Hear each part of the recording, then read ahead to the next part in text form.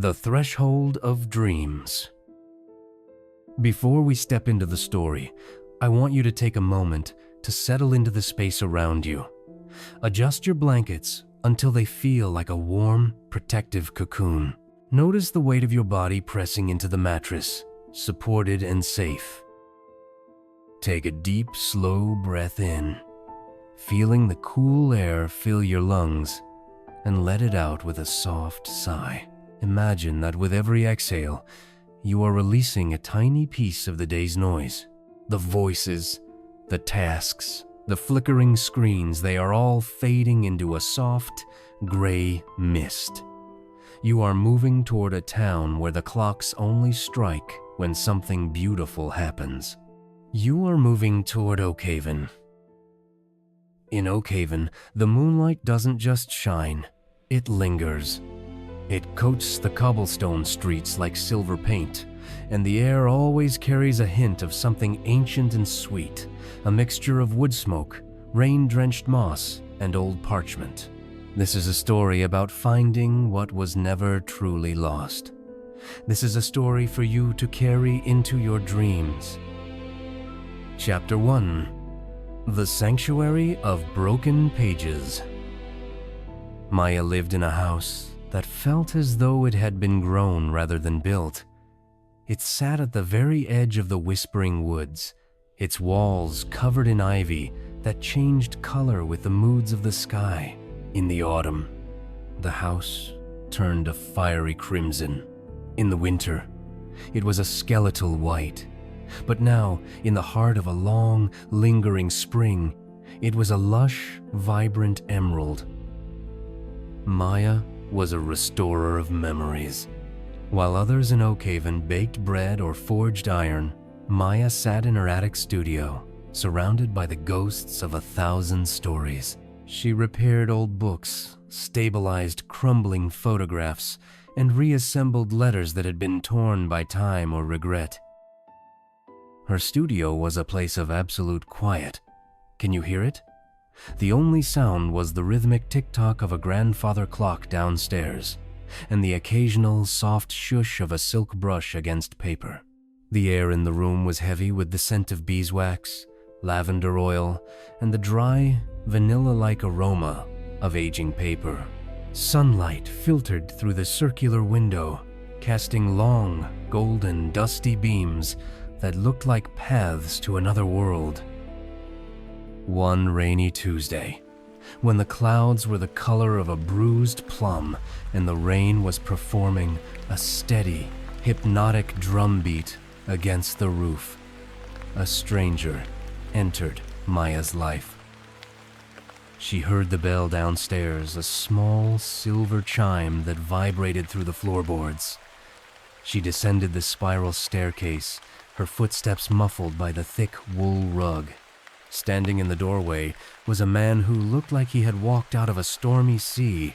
His coat was dark and heavy with rain, and his eyes were the color of the ocean just before a storm, a deep, turbulent teal.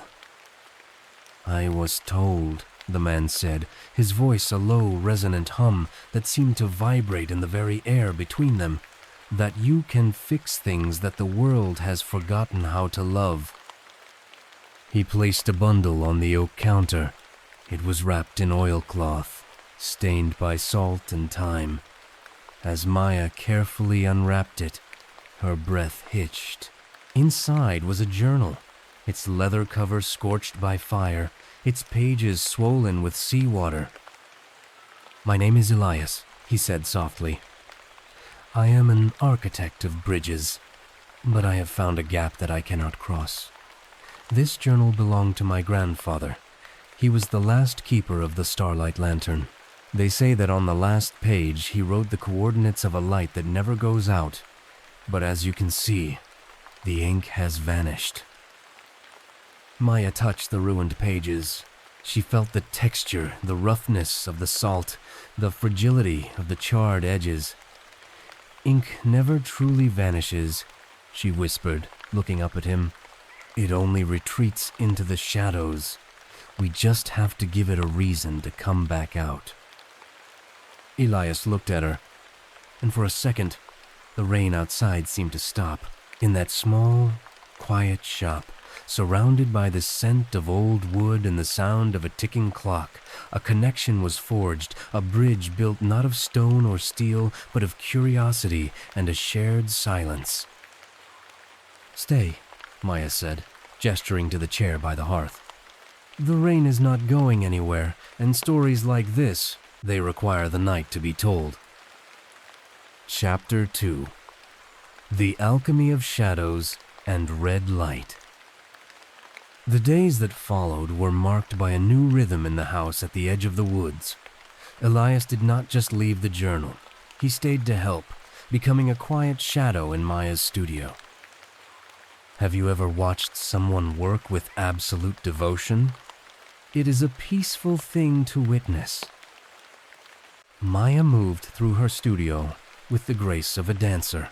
To restore the vanished ink, she had to use techniques that felt more like magic than chemistry. She led Elias into her light room, a small, windowless chamber in the center of the attic. "Close your eyes for a moment," Maya whispered as she shut the heavy oak door. The darkness was absolute, thick and soft, like velvet.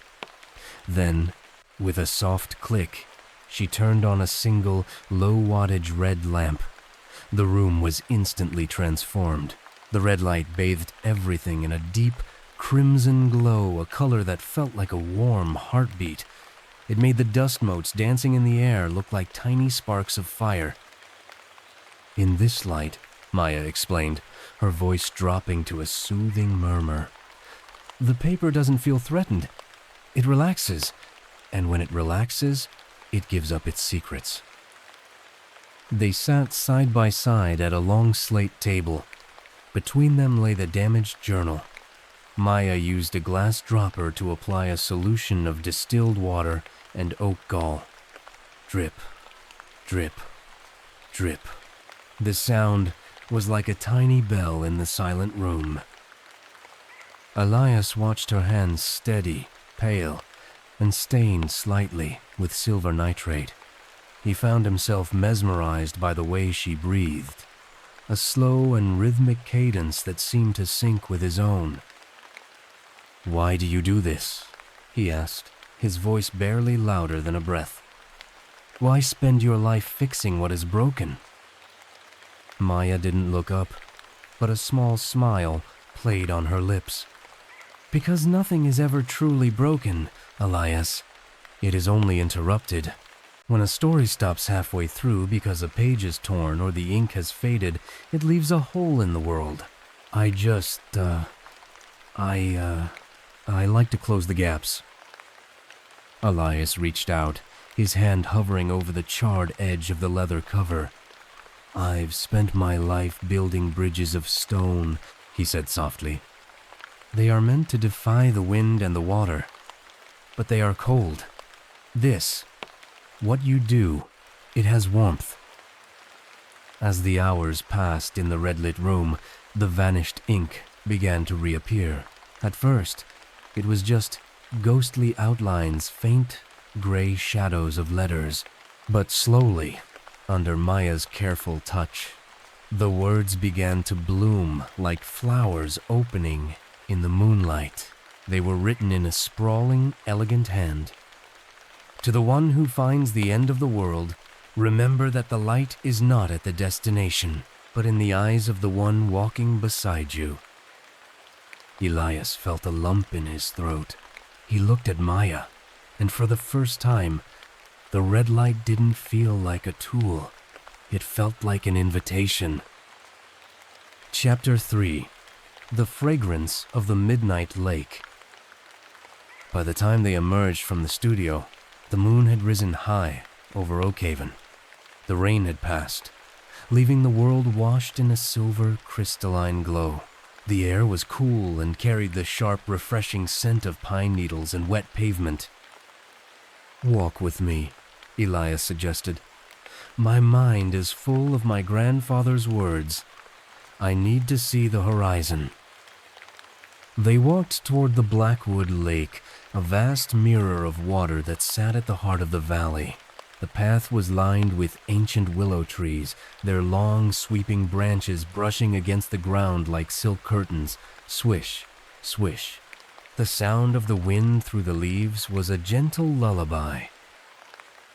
Can you imagine the stillness of the lake? The water was so flat, so perfect, that the stars reflected in it looked like diamonds scattered on a floor of black glass. They reached an old wooden dock that stretched out into the water. As they walked to the end, the wood groaned softly under their weight, a comforting, rhythmic sound. They sat at the edge, their feet dangling over the dark water. I used to think that to be an architect meant to be strong, Elias said, looking out at the reflection of the moon. To be immovable. But being here, in Oakhaven, with you, I'm starting to think that the strongest things are the ones that can bend without breaking, like the ink on those pages, or the way you look at a ruined book. Maya leaned back on her elbows, looking up at the vast, indigo sky. The stars are the oldest architects, she whispered. They built the first maps, and they never use stone. They only use light. They sat in silence for a long time. It wasn't an empty silence. It was heavy with the things they weren't yet ready to say. The only sound was the occasional plink of a fish breaking the surface of the water and the distant, lonely call of an owl in the whispering woods. Elias turned to look at her. In the moonlight, Maya's hair looked like spun silver, and her eyes held the depth of the lake itself. He reached out and, with a hesitation that was almost painful, he tucked a stray lock of hair behind her ear. His fingers lingered for a second against her skin. His touch was warm, a stark contrast to the cool night air. I found the coordinates in the journal tonight, Elias whispered. They point to the old lighthouse on the northern reach. I have to go there tomorrow to see if the lantern can still be lit. Maya felt a sudden, sharp pang in her chest. The gap he had mentioned when they first met was closing, and she realized she wasn't ready for him to cross it and leave. Then I'm coming with you, she said, her voice firm. You might be the architect, Elias, but I'm the one who knows how to make the light stay. Chapter 4. The Path to the Northern Reach. Close your eyes and imagine the morning air. It is not the bright, harsh sun of midday, but the soft, pearlescent glow of dawn. The world is painted in shades of dove gray and pale gold.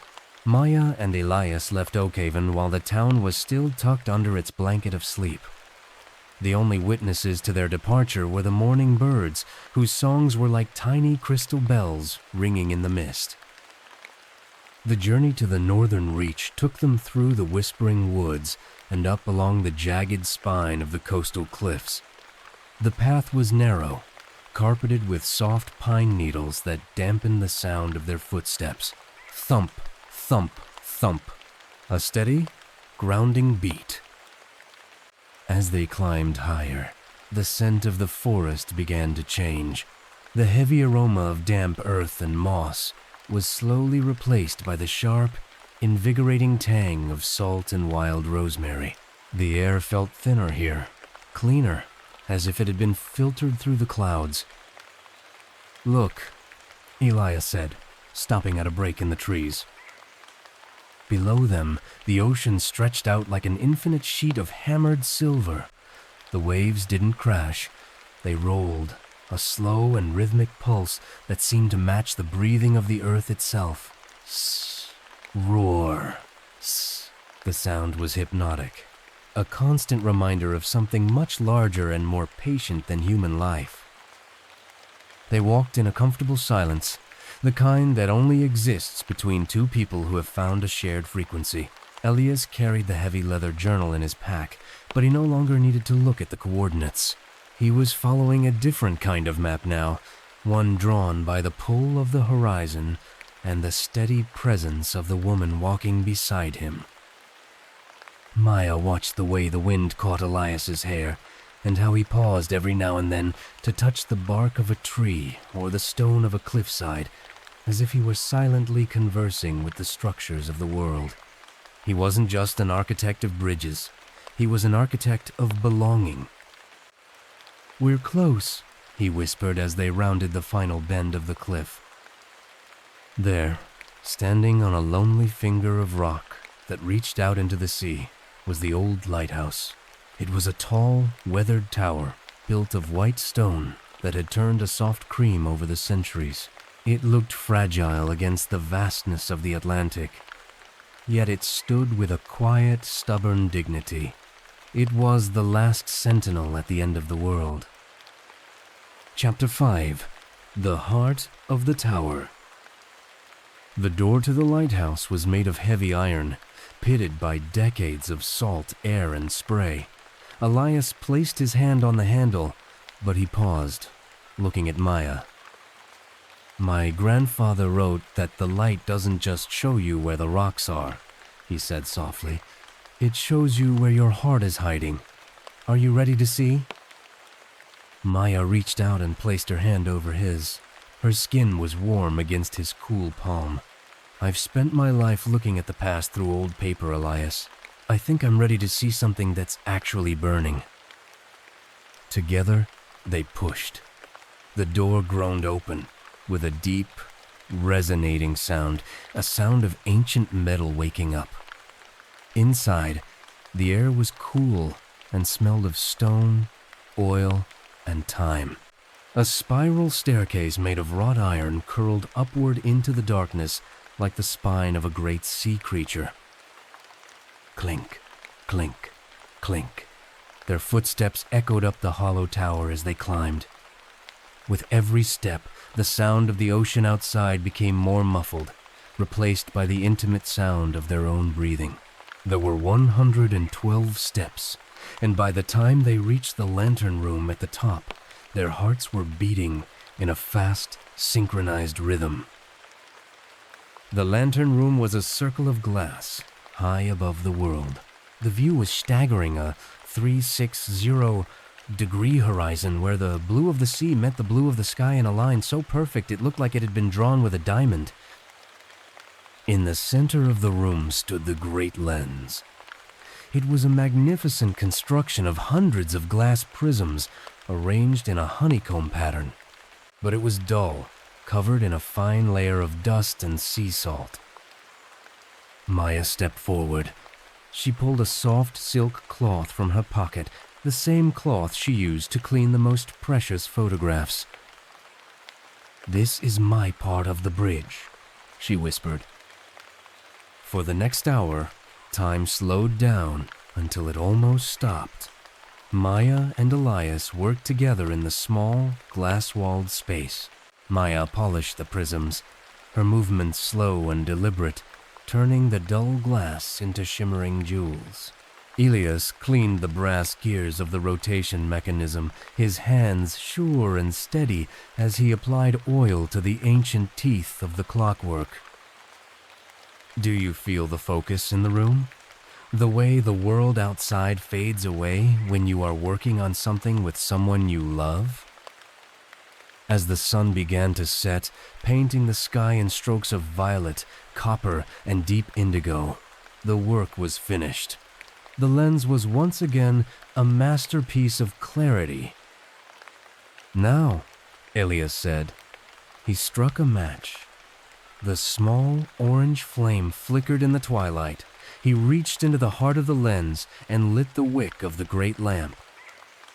At first, there was only a small glow, but as the flame grew, the prisms caught the light.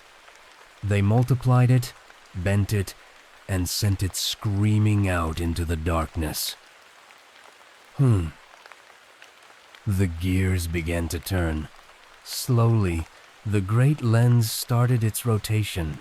A long, beautiful arm of light swept across the glass room, painting Maya's face in gold, then Elias's, then sweeping out over the dark, restless water. Sweep, pause, sweep. Elias stepped behind Maya, his arms tentatively moving around her waist. She leaned back into him, her head resting in the hollow of his shoulder. The warmth of his body was the only thing that felt real in the dizzying height of the tower.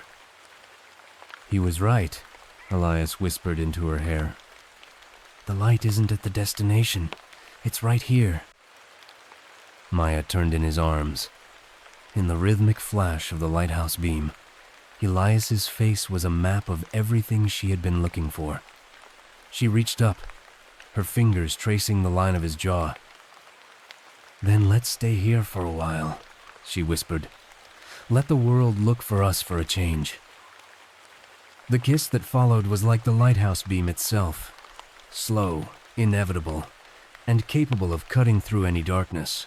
Outside, the stars began to appear, one by one, but in the lantern room, they had already found the only star that mattered. Chapter 6. The Echoes of the Golden Beam.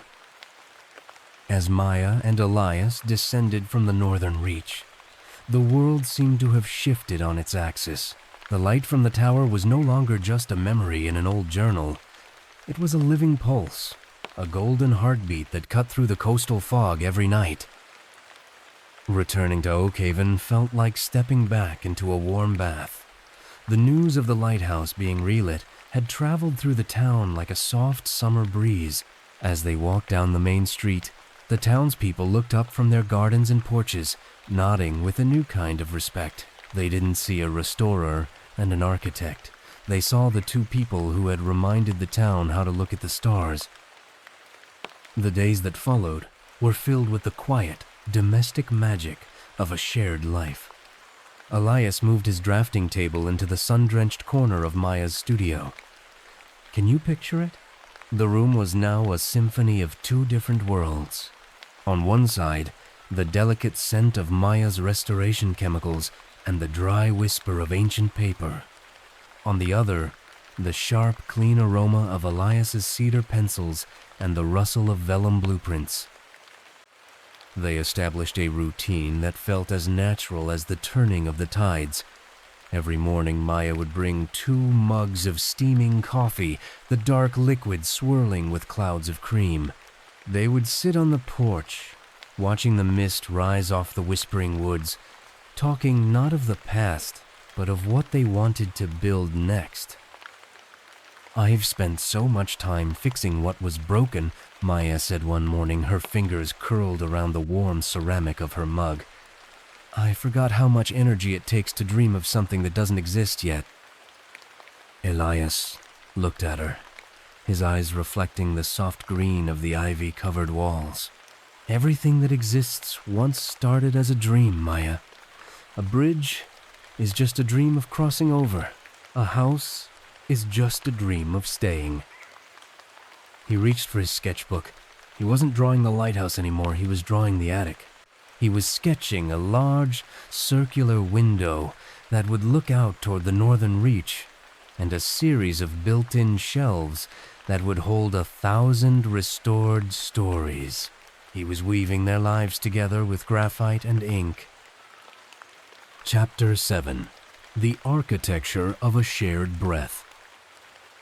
Spring in Oakhaven began to deepen into the lush, heavy warmth of early summer. The air was now thick with the scent of blooming honeysuckle and the rhythmic buzzing of bees in the garden. This was the season of the long afternoons. In Oakhaven, the sun seemed to linger just above the horizon for hours, painting everything in a hue of liquid amber. Maya and Elias spent these hours in the garden, a wild, overgrown patch of land that they were slowly reclaiming from the forest. Imagine the sound of their work, the soft thwack of a spade hitting the earth, the rustle of seed packets, the low melodic hum of Elias as he worked on a wooden trellis for the climbing roses. "I want to build something for you," Elias said one afternoon, wiping a smudge of dirt from his forehead. "Something that isn't made of stone, something that grows." He spent the next few days working in secret at the back of the property. Maya would hear the rhythmic saw, saw, saw of his tools and the occasional chime of a hammer. She didn't peek. She trusted the process of the architect. When he finally led her to the spot, she gasped. He had built a small open-air pavilion made of reclaimed cedar and glass. It was positioned perfectly so that at night it would catch the very edge of the lighthouse beam as it swept across the valley. "It's a sanctuary for the moments between the breaths," he whispered, leading her inside. Inside, he had placed a low wooden bench covered in soft, woven blankets. The floor was carpeted with dried lavender and chamomile, so that every step released a calming, herbal fragrance. It was a place designed for silence, for listening to the wind, for being. They sat together as the sun began to dip. The shadows of the trees grew long and thin, like fingers reaching out to touch the house. "Sometimes I'm afraid," Maya confessed, her voice barely a whisper in the vast, quiet evening. "I'm afraid that this is all too perfect, that the world will remember Elias the architect and call him back to the cities of steel and noise." Elias took her hand, his thumb tracing the delicate lines of her palm, the lines she used to guide her brushes and needles. "The cities have enough architects, Maya," he said firmly. "They build towers that reach for the sky, but forget the ground they stand on. I don't want to build for the masses anymore. I want to build for the one person who knows how to read the ink in my soul." He pulled a small silver object from his pocket. It was a compass, but the needle didn't point north. It had been fixed, soldered in place by a master craftsman. "I adjusted it," Elias said, placing it in her hand. "No matter where I go, even if it's just to the other side of the woods, the needle stays fixed on this house. On you. You are my true north, Maya." The weight of the silver in her hand was grounding. In that moment, the fear evaporated like morning mist. They weren't just two people who had met by chance. They were two halves of a blueprint that had finally been aligned. Chapter 8. The Golden Shadow of Autumn. Time in Oakhaven had a way of stretching during the summer, but as September arrived, it began to quicken. The lush greens of the valley faded into burnt oranges, deep ochres, and a gold so bright it looked as if the trees were lit from within. The air grew crisp, carrying the scent of dry leaves and the first hint of frost. For Maya and Elias, the change in season brought a change in the air of their studio. One afternoon, while the rain was whispering against the attic window in a familiar, rhythmic pattern, a letter arrived. It wasn't like the old journals Maya restored. It was a sharp, white envelope with a corporate seal from the capital, a city of stone, glass, and relentless ambition. Elias read the letter in silence. It was an invitation to lead the restoration of the great cathedral, a project that would make his name immortal in the world of architecture. It was the bridge he had dreamed of building before he ever knew Oakhaven existed. "They want me to leave in 2 weeks," Elias said, his voice flat, devoid of the warmth Maya had grown to love. Maya felt the world around her go still. The ticking of the grandfather clock seemed to grow louder, each talk a reminder of the seconds slipping away. She looked at her hands, still stained with the ink of the journal they had restored together. "It's what you always wanted, isn't it?" she asked softly, not looking up from her workbench. "To build something that lasts centuries." Elias walked to the circular window, looking out toward the northern reach. The lighthouse was there, a tiny white needle on the horizon, waiting for the sun to set so it could begin its work. "I thought it was," Elias whispered. "I thought a legacy was made of stone.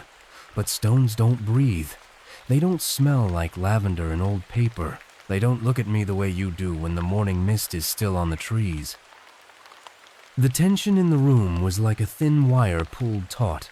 For the first time, the sanctuary they had built felt fragile. The city was calling its architect, offering him glory in exchange for the quiet, golden hours of Oakhaven. Chapter 9. The Choice of the Heart. That night, a storm rolled in from the Atlantic, a true autumn gale that shook the ivy-covered walls of the house. The wind howled through the whispering woods, a deep, mournful sound that felt like the earth itself was grieving. Maya stayed in the studio. The red lamp cast her world in that deep, protective crimson. She was working on a single photograph, the one she had taken of Elias in the lighthouse lantern room. In the photo, he was a silhouette against the infinite sea, a man who looked like he could command the wind. The door creaked open. Elias entered, his coat damp from the rain. He didn't speak. He simply sat on the floor beside her chair, resting his head against her knee. "I walked to the edge of the woods," he said, his voice tired but clear. "I looked toward the city, and then I looked back at the light from the tower. And I realized something, Maya. A bridge doesn't just connect two places, it chooses which one is worth reaching." He reached into his pocket and pulled out the white envelope. With a slow, deliberate movement, he tore it in half, then half again. "The cathedral will find another architect," he whispered. "But Oakhaven only has one Elias, and Elias only has one Maya." The relief that swept through Maya was so physical she felt her breath catch. She reached down, her fingers tangling in his hair, grounding him, holding him there in the red light. "You're staying?" she breathed. "I'm staying," he promised. "I've spent enough time building for the eyes of strangers. From now on, I build only for us. I'll restore the old library, I'll fix the town square, and I'll build that house we sketched on the Blueberry Hill. But I'm staying." As the storm raged outside, the house at the edge of the woods felt like a fortress. The gap was closed. The blueprints were final. They weren't just two people who had found each other in the rain. They were the architects of their own quiet eternity. Conclusion. The final sweep of the light. As we reach the end of our story, I want you to feel the stillness of Oakhaven one last time. Imagine the storm has passed, leaving the air washed clean and smelling of wet pine. The clouds have parted, revealing a sky so full of stars that it looks like a silver map of every dream ever dreamt. The house at the edge of the woods is dark now, except for a single candle flickering in the attic window, a small, steady flame that signals peace. Inside, the sound of the grandfather clock has slowed to a rhythmic, soothing heartbeat. Tick, tock, tick, tock. Maya and Elias are asleep, their stories finally intertwined like the ivy on the walls. The journal is finished, the coordinates found, and the light is burning bright on the northern reach. Can you see the beam? It sweeps across the valley, a long golden arm that brushes over the trees, the lake, and the roof of the house. It is a promise that no matter how dark the night, there is a place where you belong. There is a light that never goes out because it is kept by the hands of those who love the quiet. Feel your breath slowing down. Your body is heavy, warm, and perfectly still. The world of Oakhaven is fading now, dissolving into the soft, gray edges of sleep. The ink is dry. The bridge is crossed. You are home. Good night, Oakhaven. Good night, Maya. Good night, Elias. And good night to you.